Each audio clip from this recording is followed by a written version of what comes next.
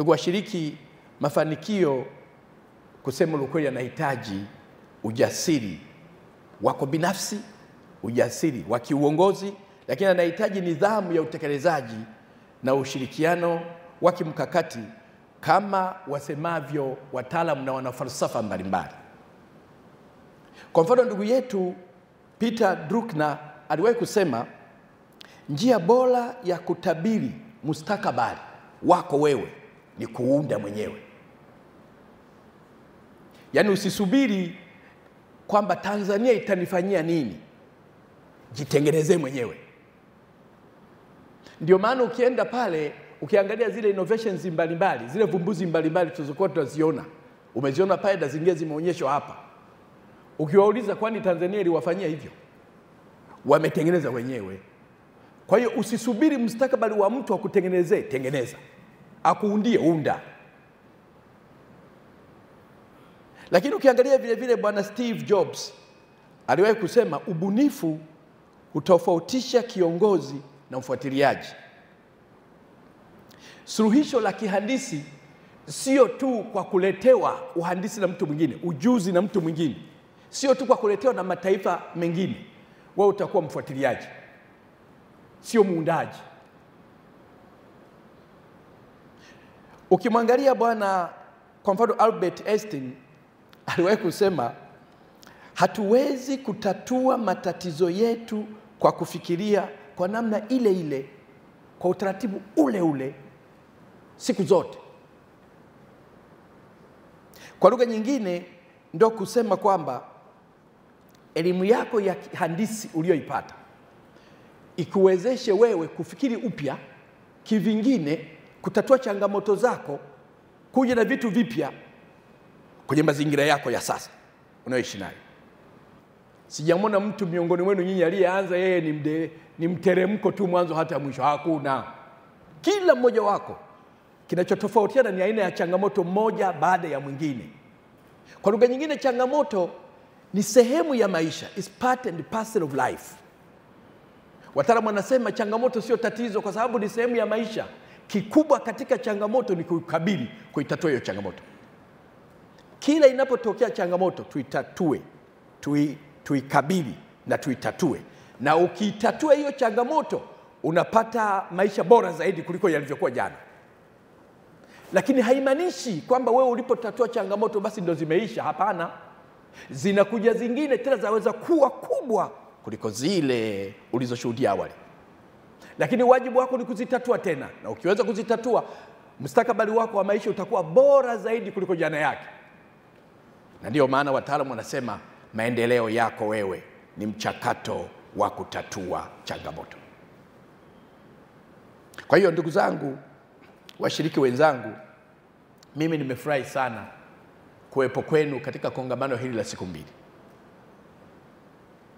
Licha haya mlioyaniambia, nilipewa kwa undani mambo makubwa sana mlioyafanya ninyi binafsi mmoja mmoja na mliosoma mlipokuwa hapa.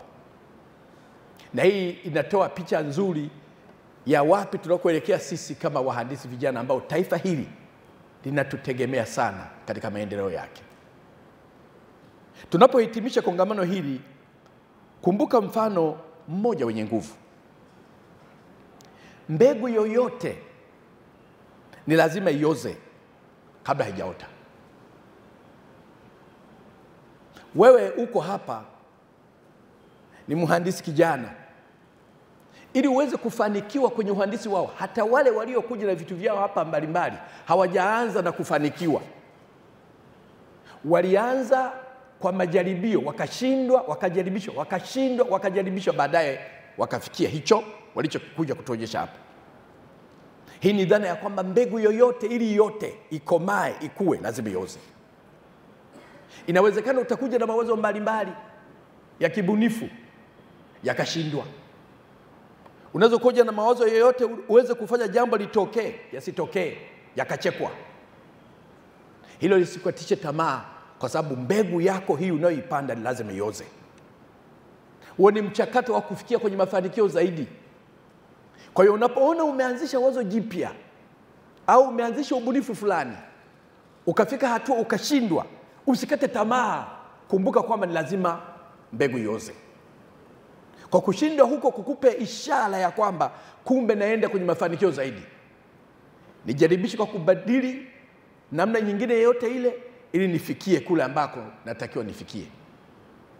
Leo hii mnafahamu hii bulb, kwa mfano hii bulb tunayoiwasha hii, mngeelewa bulb hii, mgunduzi wa hiyo bulb tunayoiwasha ya taa hizi kila siku alifanya majaribio ya kuipata hiyo bulb zaidi ya mara 900.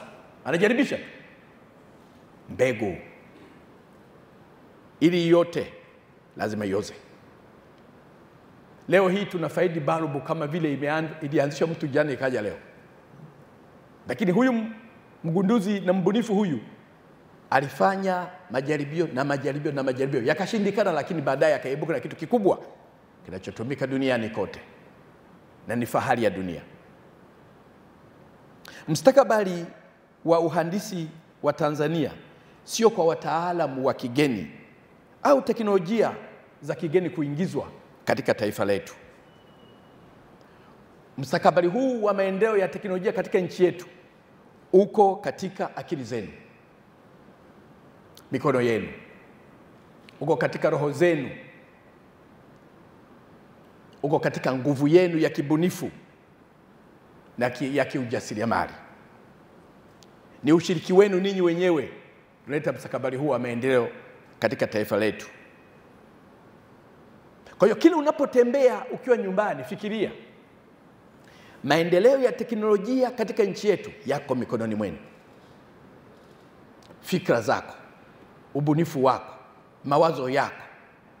Wala msiwe na mawazo kwamba maendeleo ya teknolojia yataletwa na mtu kutoka taifa fulani la Ulaya au mitambo italetwa na mtu. Mitambo hiyo na ubunifu ule uko mikononi mwako. Fikra zako, mawazo yako, weledi wako. Unaweza ukaleta jambo kubwa zaidi pengine kuliko hata unavyofikiria. Pengine kwa kumalizia, kongamano hili limeonyesha uwezo mkubwa wa vijana katika kutumia uhandisi mlionao na vipaji mlivyonavyo kutatua changamoto zinazotukabili katika taifa letu. Ushirikiano baina ya sekta mbalimbali ni muhimu katika kuimarisha yale ambayo mnayabuni, mnayagundua, mnayatumia katika mustakabali wa taifa letu. Na hivyo kuunganisha nguvu za pamoja na kushirikiana ni jambo la muhimu sana katika kuleta mustakabali wa kuinua na kuboresha zaidi teknolojia zetu tunazozibuni katika maeneo yetu mbalimbali. Nimefurahisha sana kwa mara nyingine kuwepo kwenu ninyi katika siku hizi mbili. Ninyi pamoja na wale waliotufuatilia popote walipo. Mmeonyesha ujasiri wa aina yake. Mmeonyesha nia ya aina yake. Mmeonyesha umoja wa aina yake. Kuwawezesha ninyi kuwa pamoja, kushirikiana ili baadaye kuikomboa Tanzania yetu, kuja na Tanzania ya kibunifu mpya kutoka mikononi mwenu ninyi wenyewe mliounda. Niwapongeze sana kwa mara nyingine kwa kuhudhuria kwenu. Na niwapongeze sana mwenyekiti na viongozi wa IRB kwa kuja na jukwaa hili na kuendesha kongamano hili kwa siku 2. Na furaha sasa kutamka rasmi kongamano lenu na liahirisha rasmi. Nawashukuru sana.